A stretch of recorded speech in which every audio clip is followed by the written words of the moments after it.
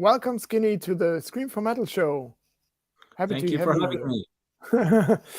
This is so crazy. If I tell you now that it was approximately 24 years ago when I first heard of Deathstars, because I started my side job as a music journalist at the Orkus magazine in Germany. Maybe you know about the name. It's one of the bigger ones Yeah, for sure. in southern Germany, in Stuttgart. And then we created a metal magazine called Metal Heart. And I guess we were the first to put you on a cover or something like this. It was your debut album on Nuclear Blast Records. And we put you on there because you came out of nowhere, this band. And like the style and everything was it was so perfect and so different. So, of course, not everybody liked it in the metal scene when they first heard of Deathstars, but we didn't care about it because we do what we want. We did what we want with this metal magazine, and that's also like the most important. You see, the motto of the show is loyalty, loudness, free spirit. This is the most important for us. I do it together with a friend, Frankie, and so we didn't care back then with the magazine, and now we also don't care. And I guess you like this kind of motto. Yeah, well, it's thanks to guys like you that we had a future. Some people understood what we were doing, some people didn't, but some people came around as well. So if Yeah, you just stick around long enough, then people have no choice, right? yeah. But Yeah. still people were very surprised where this band came from, because you were styled like it was a big plan before that. And also the music, it was a mixture of not only industrial, but I remember at that time I was a big fan of the Covenant. They were called Covenant. They had to rename themselves because of the Swedish electro band, right? And they put out they had a similar style change.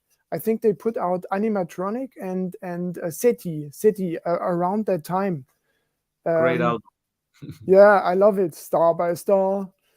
And Yeah, I I I I found those albums much later, unfortunately, because yeah, yeah, but still great albums.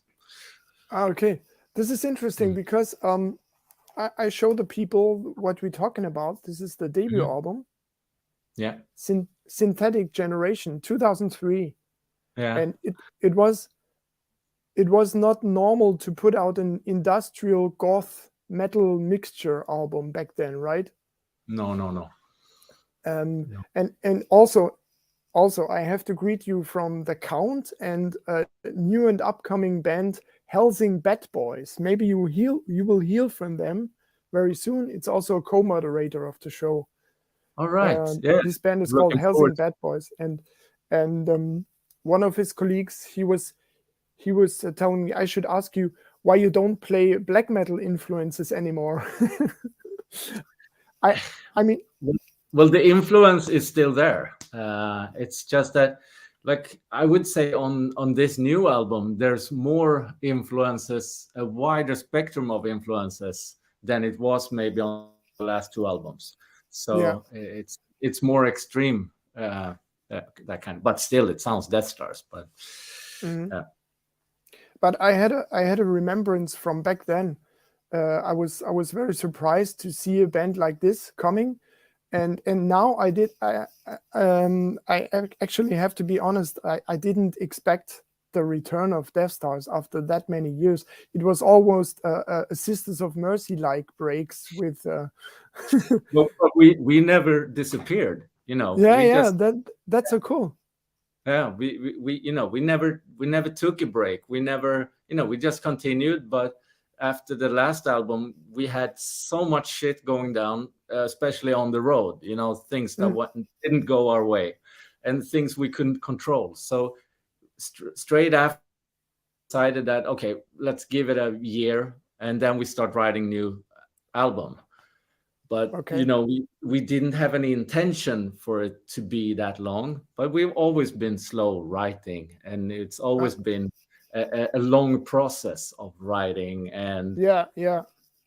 finding the right sound as well. So yeah, I here we remember are. after. Yeah, happy to have you here. So congratulations to the new album. And speaking about writing slow, of course, I'm very happy that all the people in the band, the four of you, are still there. And people wonder, didn't they do side projects or other stuff in their musical career? If with Deathstars it's going a little bit too slow or something, or what did you do? Are you musicians otherwise as well? Well, I have another band as well, but I'm not the as much as the musical creative part in Deathstars. So I need another band where I can be that person. You know, in Okay. that it's always Nightmare Emil that writes all the Yeah. music. We can come with inputs or riffs or stuff like that, but he puts it all together.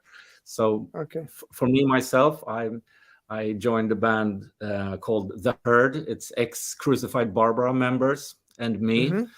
It's me and four girls, and it's more classic rock kind of style with some progressive elements. But So this is perfect. In Sweden, it's perfect anyway, this music. yeah, well, it's perfect for me because it's what I grew up with, and Yeah. it's close to my heart. So, but I love all sorts of music. So I even play banjo if I have to. So. Yeah. And for your kids and for yourself? Myself and How- for my kids. Maybe how my old- kids don't like it much, but How old are your kids right now? my oldest daughter is 18, and my youngest daughter is 6 years old. Yeah. This is crazy. When did you start in Deathstars? How old were you back then? I was 23, Around. 24. Yeah. So this is the band of your life. What? Come again? The band of your life is Deathstars. Yeah. To say that. Yeah, it's impossible to leave, I think. Yeah, and the most important thing is that you always do what you love, and you don't do it for the business and stuff like that. And you know that would be a bad idea to continue playing in Deathstars if you're doing it for the business, because we've always had bad luck with the economics. Bad luck with the economics. Most of the bands now say you can only survive if you tour because of the, you can't even do that. You can't even do that. Bus companies want so much money, so you probably need to become an influencer and start projects with big companies or whatever to make money. So I think now more than ever, you really need to have a side job and to make it work and to make it pay for your music. So, really but actually, for you, there's no big difference from the beginning when you started Deathstars. Of course, you put a lot of effort in the beginning to make it grow. But I guess some years later, you all knew that you have to do side jobs and stuff like that. Yeah, of course. I've always had side jobs, so it's not connected to the music scene. Not connected to music? I'm a sound engineer. Okay. And a producer in TV. So to show to the people what I mean, what I think is really really nice, that you're all still together after all these years and all these experiences. And this was the second album. Already took you 3 years, I guess, after the debut. Yeah. Termination Bliss. And now we have a cover with similar colors, the newest one, and it also shows you all together. Yeah. And that's so crazy because, we always say metal is timeless, and why not? We all get older, but we're still here. So, and we enjoy it. That's really great.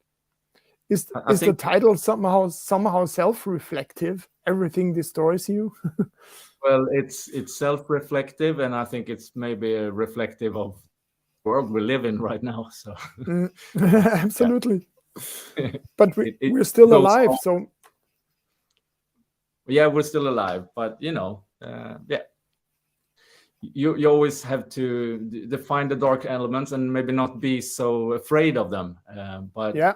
be aware that they're absolutely there, and make the best out of it. So I think this is also a good point about Deathstars and the lyrics and the songs. You don't take yourself too serious. Always on tour, there was always jokes and stuff happening, and also if people judge you by the cover only, and they have to take a closer look to the lyrics. They are somehow a little bit. They're not so dark sometimes. They're with a hint of a smile as well. And yeah, I think that's very important. No matter what you do, don't take yourself too serious. Of course, you can be serious about the writing of music. You can be serious about the band at a whole. But if you think you're better than everyone else, or harder than everyone else, or it's not gonna work very good, and it's gonna be a harder fall. I think you need to have some fun with it. I want to show the people a little. It's only like 2 minutes maximum, a video, to show to the people that you're real rock and rollers and not posers or something. Because I found something that was happening during a live show, like Whiplasher, I have to say. He fell off stage, but he continued. So we just take a short look into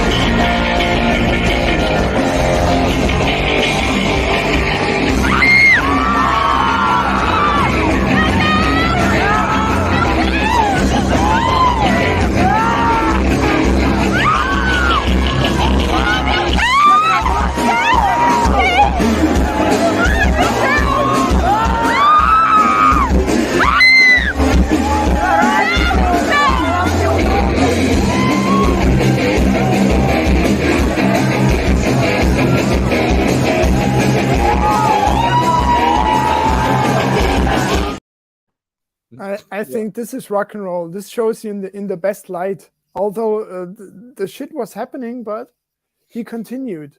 That's not everyone's. Yeah. It was the first song. On the first song. He came out and fell. Okay. Was there a little bit party involved? Maybe pre-party and stuff. There always is. So. Yeah. I have to be honest. We're an honest show, and I saw you in Berlin many years ago. It was a location called Postbahnhof or something. Yeah, maybe you remember this? Yeah. Very small stage, not very high. Like a long room. Yeah. And I was actually a little bit worried about Whiplasher, because when you started the show, he came out and he was already sweating like hell, and it felt like not in the best condition somehow. And I thought, oh man, I hope this can continue somehow. The show itself was cool, but then there was some years passed, and I thought, oh, maybe, hopefully they make it. But you made it. This is crazy. Yeah. This is, I guess it's the rock and roll on tour. You have to realize when you come back from tour that you refill your energy and maybe it's so much different these days. I won't say that we stopped partying or anything, but we have definitely taken the live shows much more seriously, and it's impossible to continue like we used to do in the early 2000s. When I was drunk for 76 days straight. Wow. Yeah, my body can't take that anymore. So it's different these days, but it's still fun, But today, I think the focus is much more on the music and live show, and to give the fans the show they want. A little bit of drama is always fun, right? Yeah. It's rock and roll. I mean, we only live once, but we want to live on for some little time at least, and Yeah. then we have to realize if we want to make a new album, it has to work somehow. But it worked, so Yeah. therefore I'm still very surprised, and it not only worked, it's like very cool songs. For me, actually, the songs are better. They're at least the same quality as the two singles you put out. This is and Midnight Party. For me, the title track is very cool because it's like the melodies behind it are very detailed. Yeah. And it's one of my favorites too. yeah. No, there's And a lot of songs that I think I have other songs on the album that are my favorites. Midnight Party is one of my favorites, definitely. But I have other songs, but maybe they don't make it as singles in that kind of way, because then you need that hook straight away to catch people's attention. And so, but yeah, we're really happy about the album. And it feels like we're so happy that we took the time to make it the way we wanted it, because it would have been easy just like, yeah, okay, we have 2-3 great songs and rest fillers. But it feels better to know that this album is something we can stand behind, for a long time. Is this more difficult if you write an album over such a long period, like to get back into it, or does it happen in a short period of time, the most of it? Like, no, it's how been. does it work? It's been, in different stages. It happens a lot, and then it comes to a stop. It's always, and then piece by piece. Okay. Yeah, you kind of finish few songs and then you go back, look at them, and so it's a long process. Yeah. So what are your favorites on the album? Can you name? Let me see if I remember the titles of all of them. Yeah, Volume of Voids is a great song, and Midnight Party, and of course we have the Atomic Prayer is a slow song. Oh yeah, that is actually one of my favorites because it has that progressive kind of feel. So I would say Atomic Prayer, Volume of Voids. And speaking about lyrics and emotions of each song, I have an advice for all the listeners, that you give it a second, a third, and fourth chance, because in the first listen, everything sounds a little bit,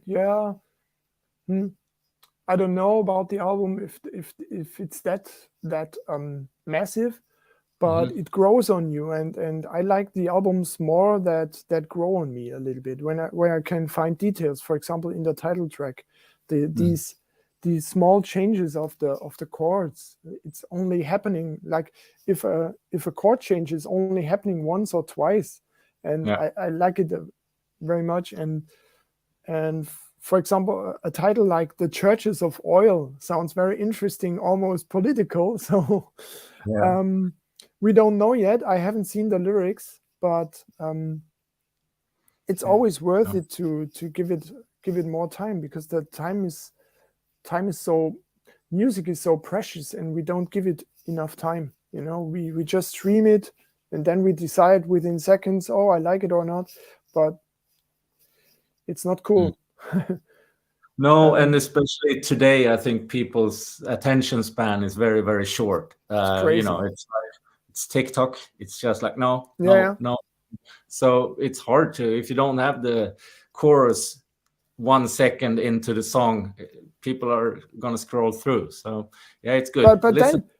But then you don't like the album anymore if it comes too early. Like, for example, if it's too flat. So this is difficult stuff. If you know that after 1 minute the chorus has to come, sometimes it's like you just shouldn't care as a musician. You just have to do it. No. We don't care. We care that people find the music and give it a chance. That would be great. But that's thanks to people like you to to put the attention. Yeah, out we there. do.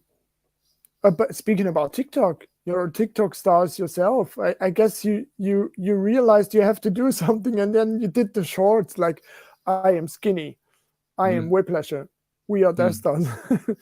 This Yeah, is so crazy. I don't get it. I don't get this app. It's maybe I'm too old for that. yeah, I'm Okay, too old. Instagram is okay, but I'm not a TikTok guy. No, we realized that, yeah, we have to be on there as well, Yeah, but yeah. it's it's not my favorite thing to do in the world. You I, can I, do nice films. yeah, I just look forward to go on tour. Yeah, That's, and yeah, of course we can create good content for people to watch, maybe backstage or something if people want to see that. But like all yeah, these little things, it's a new world, and maybe you get used to it. yeah. Yeah, Um, why was speaking about tour? We had here one of our favorite bands, the nice Nestor from Falköping. yeah, The yeah. really cool guy Marcus was in the interview here, and we exchanged T-shirts and stuff like that. And he's such a cool guy. They're now doing Mhm. a small Sweden tour. Yeah. Um, wouldn't it be something for you as Deathstars as well to do like a home tour first? Is there something planned, or do you think about being like a special guest on another tour would be better, a bigger one? Yeah, we're looking into we're booking a new tour for the upcoming autumn. So Hmm. there will be some Swedish dates, but I think like the main cities to start with. But Hmm. there will be yeah, it covers Europe in general, and then we'll see. I think then we can add on to see. It's it's been kind of upside down, the whole thing with COVID and then the Yeah. album, and then we tried to find it right time to release the album, and then we've had the album done in in September, October or something. Okay. But this time we really wanted it to have the good um, foundation and let the record company do what they want to do, and because it's anyway been so long since we released Yeah. Yeah. something, we might as well do it right. So I really hope that we can find a good way to tour Europe, tour the rest of the world as well, Hmm. and it would be great to tour more in Sweden, but Sweden has never been a big market for us. It has Hmm. grown a little bit later in the later years, but yeah. Hmm. Yeah. This is like, I think it's an international sound. I guess in America this stuff is of course very popular as well. The more Mm. industrial goth and all that. Mm. Um, do you have to care for for yourself for stuff like crew and booking and all this, or do you have a booking agency still behind you, and all the business stuff? Is this still in your hands as well after all these years? Do you Yeah, have? we do some of the stuff. We want to book the crew that we enjoy working with, so we talk to them, and but yeah, we have a booking company that books the shows. Hmm. But yeah, we do a lot ourselves these days. Hmm. uh, but yeah, I think maybe a lot more would happen if we would have the financials to have a manager or someone else to help us, because Yeah.